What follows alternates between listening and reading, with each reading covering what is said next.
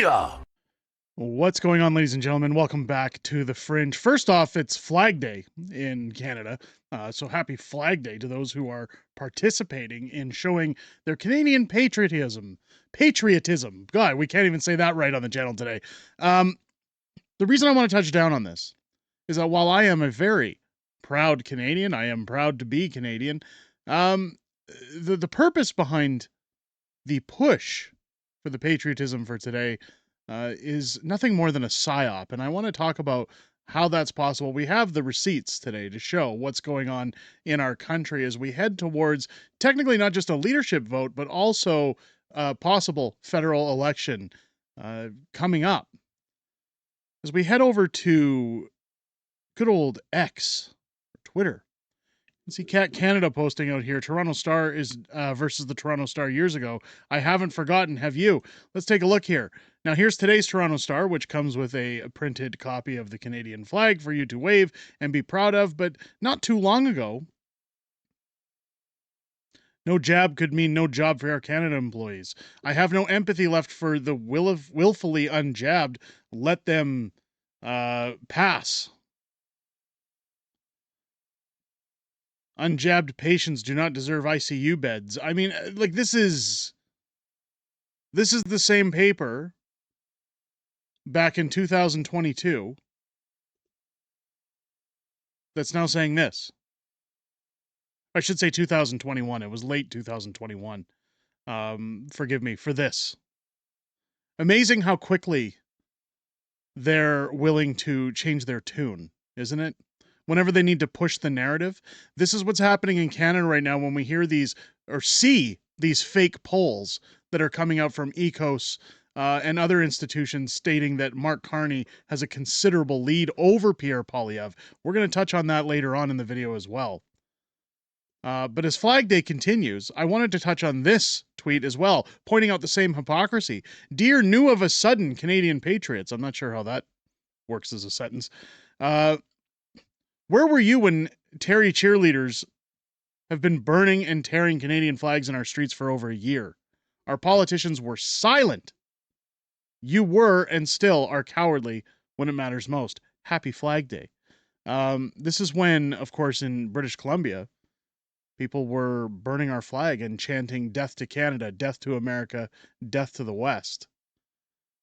This is a travesty. It breaks my heart to see this happening at any point in time in our country. This should be as illegal as it is in the United States, though it's not. To further point out why I'm showing this, very good X account. Again, follow Ryan Garrettson. A lot of people always say they confuse him for Mark Garrettson. No, Ryan Garrettson has a fantastic X account. Again, I usually check Ryan for his takes before posting videos. It says, there's no doubt in my mind the media is solely responsible for keeping the Trudeau regime in power for so many years. Endless biased reporting, downplaying scandals and ethics breaches, sometimes not even reporting on them at all, constantly propping them up while disparaging other parties. And they're doing it again with Mark Carney. They are the true threat to our democracy. This is the problem, is that there is a very high percentage of people that are responsible when it comes to the voting in our country that still consume mainstream media. I've spoken with my father, who is kind of wavering off of mainstream media, starting to get into more of YouTube, but he used to watch Bloomberg. He used to watch CBC a lot. He used to watch mainstream media because he grew up in a generation where Peter Mansbridge would sit and talk to people, and essentially you could trust what the mainstream media was saying. Now they're spinning a rhetoric to try and indoctrinate the voters to believe that Mark Carney is the best answer for Canada. We have it even here again. Ryan Garrettson saying, this guy banned myself, my family, and millions of other Canadians from traveling on planes, trains, and buses over an product. He offered $1 billion to provinces if they made a segregation passport system.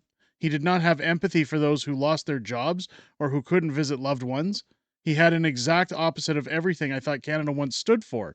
He ruined this country and must never be forgiven. I mean, just take a look at this video. I'm not going to play it because I know people are sick and tired of hearing Captain Tampon. But look at this patriotic video. Remember when he said that waving the Canadian flag was racist? and misogynistic. This is the same guy who's now putting out a video saying, oh, this is what Canada looks like. This is Canada. I mean, be proud of your country. There's nothing wrong with being proud of your country. Oh, look, they're showing the Toronto Raptors who booed the American anthem. Like, this is Justin Trudeau indoctrinating Canadians that somehow all of a sudden he cares about Canada. He cares about Canada's future. If you want to know where the PSYOP stands, take a look at this. Liberals now projected to win a majority with Mark Carney as party leader. This comes from a Montreal newspaper, again, where votes are going to matter in the next federal election. That he's now projected to win a majority government. Now, I will say, if you head over to Local 338, where the polls are usually a little more accurate, I'll say. Again, look, polls are just that, they're polls. I don't really take polls as anything more than a guideline, and I don't really count anything personally until election night for anything, because we all know with elections in Canada, anything can change. But Local 338 is saying that the Conservatives still have a very positive lead over the Liberals. Last time I checked, it was roughly 19 points. But they're losing steam. The reality is the Conservatives are losing steam. A lot of it, I personally feel, has to do with Pierre pushing back against Trump instead of speaking out against the narrative that's going on in Canada, announcing things like these PSYOPs. What the strategy is, I don't know, but we'll see if it pays off. I guess. I hope it does, because I shudder to think what 4 years of this clown is going to do to Canada, aside from destroy it into a pile of rubble. Now, before we go into the next piece, just to talk a little bit more about why this would be a PSYOP, why I think this is a PSYOP, as we talk about Mark Carney and the brainwashing that's going on in the country. Take a look at this rally that went on in British Columbia. Again, as this room is projected as full. Now, I wasn't there. I'm not going to try and create my own PSYOP, but rather show what's going on here from what I've seen on X, because this is starting to make its rounds. So this is based on this poster, so please take this with a grain of salt. I've seen this photo going around and needed to verify. The best way to do this is RT, a Liberal MP. Check out the image on the lady's phone. Well, let's take a look. If you go in here, you can see a packed room with Mark Carney and what looks like a lighter room. A much lighter room. Now, I know phones compensate for the lighting sometimes, that different cell phones have different settings, so I'm not going to completely say that this is false, but it's the positioning of these people in front of the phone, where you see this lady's head is almost more to the middle of her phone, and this gentleman's further away. Now, I'm going to get to that, but if I go to this image where we've zoomed in a bit, you can see it's the lighting I'm more concerned about. When you look at the lights up here, you can see a few lights at the back, nothing over here, and then some form of lighting just above the blonde woman's head over here and over here on the wall. You can, of course, see a very pixelated outline of Mark Carney. Again, this is not a very vastly AI captured 4K picture. But as we go through this, it's the positioning of these people that does make me question, are they generating these images to make it appear as though his rallies are busier than they are? Again, I wasn't at that rally, so I'm not going to say for certain. But what I will say that as you go down, there are photos that do show the full perspective of the photo. Now, again, you can see these lights in the background, these 3 background lights, but nothing on the walls that was in that photo. Again, the positioning of this man is accurate because he's in front, the blonde woman's head. So many would say, Derek, you're being ridiculous. You're grasping at straws here.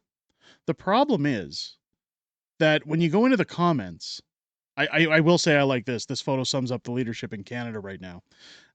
There is a site called Fake Image Detector. Now, Fake Image Detector can run photos. It runs through all the points of the photos to try and find AI generated algorithms to say whether a photo is real or doctored. Now it shows down here, it looks like this is a computer generated or modified image. Now that could mean, again, a handful of things. That could mean it was airbrushed, or it was enhanced, or it was cropped, or a number of different things. So I'm not going to sit here and pull an Alex Jones and say it's a psyop, but it is questionable when you compare it to these articles that are coming out, again, in places where votes matter, stating Mark Carney's projected to win a majority. The brainwashing, when you talk about the Team Canada approach, the buy Canadian, don't buy American, and keep in mind that the heavy focus on this is going on in Eastern Canada, again, where those votes matter. As an Albertan, I can honestly say I haven't seen a lot of that in stores here. The stickers saying this is Canadian. Again, maybe I'm just not getting out enough. But I want to show this video about censorship in the United States. That's coming from Forbes. It's a several minute clip, but one of the things that gets discussed in here is a Democrat talking about John Kerry and the censorship that's come through, and why people should be scared, because Canada's being directly labeled in this video. Let's take a listen. Mr. Tybee, you're recognized for 5 minutes. Thank you, Mr. Chairman. Hit your microphone. Hit your microphone there. Thank you, Mr. Chairman. Is it on? 2 years ago, when Michael and I first testified before your Weaponization of Government Subcommittee, Democratic members called us so-called journalists, suggested we were bought-off scribes, and questioned our ethics and our loyalties.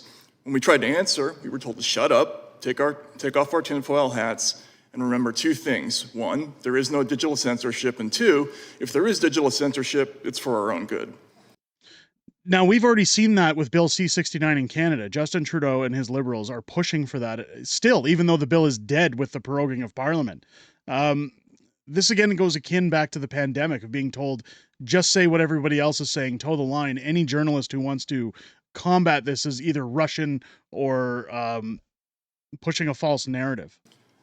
I was shocked. I thought the whole thing had to be a mistake. There was no way the party that I gave votes to my whole life was now pro-censorship. Then last year, I listened to John Kerry, whom I voted for, talk to the World Economic Forum. Speaking about disinformation, he said, quote, "Our First Amendment stands as a major block to our ability to, quote, hammer it out of existence." He complained that it's really hard to govern because people self-select where they go for their news, which makes it, quote, much harder to build consensus. Now, I defended John Kerry when people said he looks French, but Marie Antoinette would have been embarrassed by this speech. He was essentially complaining that the peasants are self-selecting their own sources of media. What's next, letting them make up their own minds? Lastly, building consensus may be a politician's job, but it's not mine as a citizen or as a journalist. In fact, making it hard to govern is exactly the media's job. The failure to understand this is why we have a censorship problem. This is an Alamo moment for the First Amendment.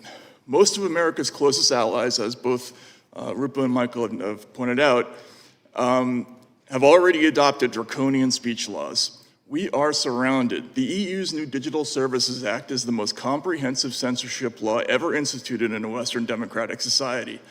Ranking Member Raskin, you don't have to go as far as Russia or China to find people jailed for speech. Our allies in England now have an online safety act which empowers the government to jail people for nebulous offenses like false communication or causing psychological harm. And we've already seen that. We've already seen people being jailed in the UK. We've already seen what's going on now. Again, one thing he points out here is Rupa Subramanyara, one of Canada's journalists, was also at this hearing to talk about censorship, and again brought up a lot of what's going on in Canada when you look at C-69, when you look at the push from government medias to censor. As it's stated here in this Judiciary Committee, when we talk about censorship, much of what he's discussing is the one reason that Justin Trudeau doesn't want us to have access to platforms. He doesn't want us to have access to information. In fact, Jagmeet Singh recently coming out saying we need to push forward a motion to ban Elon Musk's X in Canada simply because Elon Musk is exposing government corruption through Doge in the United States. They don't want that kind of feeling coming to Canada anytime soon. It's an attack on our right to choose. What we're seeing here is our right to choose. Now, I'm not going to continue to play the video because it just proves the points, again, that have already been made, that censorship is alive and well. And keep in mind, what he's quoting is John Kerry's speech at the World Economic Forum. So, essentially, as all these billionaire elites get together to discuss how to best cull their herds,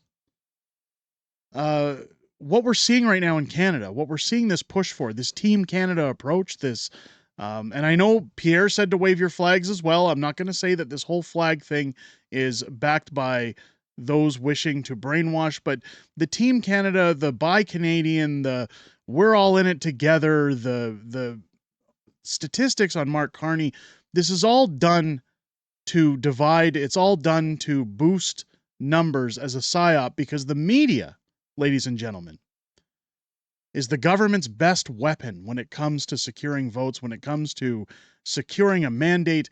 And outfits like CBC, Global TV, CTV News, they all have a vested interest right now to ensure that the Liberals get another 4 years because Pierre Poilievre has ultimately come out saying he's going to defund those news outlets, and a lot of their jobs are going to go out the window. So if you ever ask, what's their purpose? What's their motivation? Well, that's just it. They're fighting for their jobs. It's our job as Canadian common sense voters to take the time to point out these things to those we care about, to those who maybe aren't fully informed, to tell them, look, you're being taken for a ride here. Again, as I mentioned earlier in this video, that my father kind of is skewing away from mainstream media. That's because, again, not that I go over there and push him to indoctrinate him, but to maybe show him a little bit of the other side of the spectrum and say, you don't have to take my word for it, but just try to expand your horizons a little bit. Open your mind to the idea that maybe your government isn't always here for you. They're here for themselves. With that being said, ladies and gentlemen, let me know what you think down below. Do you believe this is all a big psyop? Do you think it's all part of control? Give me your thoughts down below. If it's your first time here, I hope this video has earned your subscription. Make sure to click that button, join our large Fringe majority here on the channel, hit your bell for notifications, and join me live this Wednesday for our new weekly show, Unhinged Fringe, as well as Fridays for Friday Night Fringe, our live streaming show, where I'm joined by my beautiful wife, Mrs. Fringe, as we go back and forth about everything that's happened this week in politics, everything we know that's coming up ahead, as well as back and forth in our community with each and every one of you to hear what you have to say outside of making these videos. We look forward to hearing what you have to say, and I look forward most to hearing what you have to say this upcoming Wednesday and this upcoming Friday at 6 p.m. Pacific, 8 p.m. Central here on the channel. With that said, ladies and gentlemen, I hope you enjoyed this video and have a great rest of your day. I'll catch you on the next one.